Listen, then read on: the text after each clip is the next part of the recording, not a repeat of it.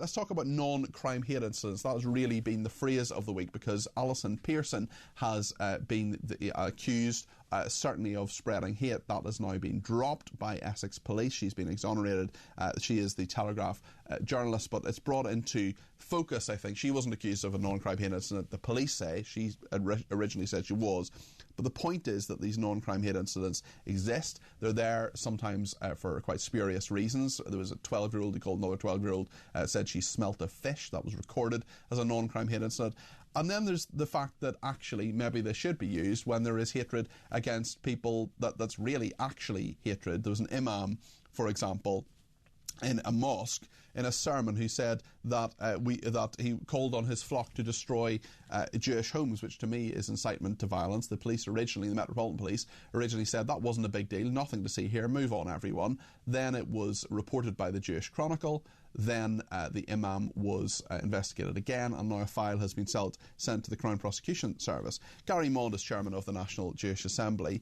Gary, just in regard to what the imam said, to me that was hateful speech. To me that was incitement. It's now been sent to the Crown Prosecution Service, who will decide what they're doing. But when you have people who have recorded against their name that they have been involved in a non-crime hate incident for saying someone smells a fish, yet when an imam says that we should destroy Jewish homes, it is nothing to see here, it does ask and pose many questions about what the police are actually doing and whether they're doing their job correctly, especially when it comes to the scourge of anti-Semitism that you and your community have been dealing with to such a huge degree recently.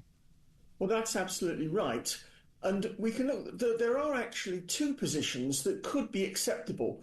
One is if you look at what Nigel Farage tweeted yesterday, which is the complete abolition of hate crimes, or repealing all the hate crime laws. You can agree with that, you can disagree with that, but at least it's a consistent position. It's not a two-tier position.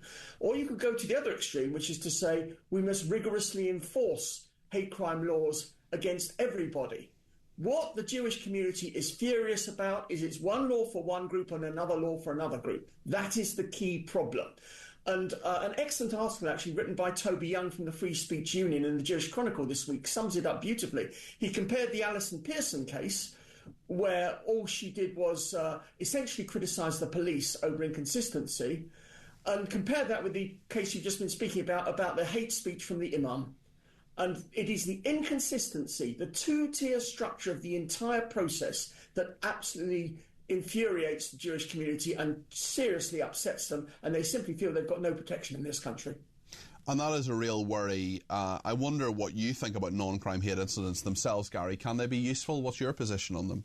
No, my own position is that the whole idea is ridiculous. The idea of a non-crime hate incident should be buried, frankly.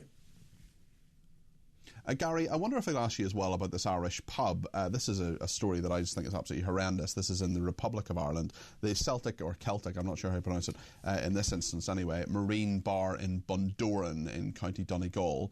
That's a picturesque town on Ireland's Atlantic coast, popular with tourists. They put up a sign last week saying, "All Zionists are barred from the bar, stop the genocide, free Palestine." The publican, who's called Aaron Neelis, we did ask him on the programme today, he said no, told the Jewish Chronicle that the Zionist ban was bringing in loads of business and that locals love it. If any supporter of Israel tried to buy a pint of Guinness in this establishment, he added, he would put them out.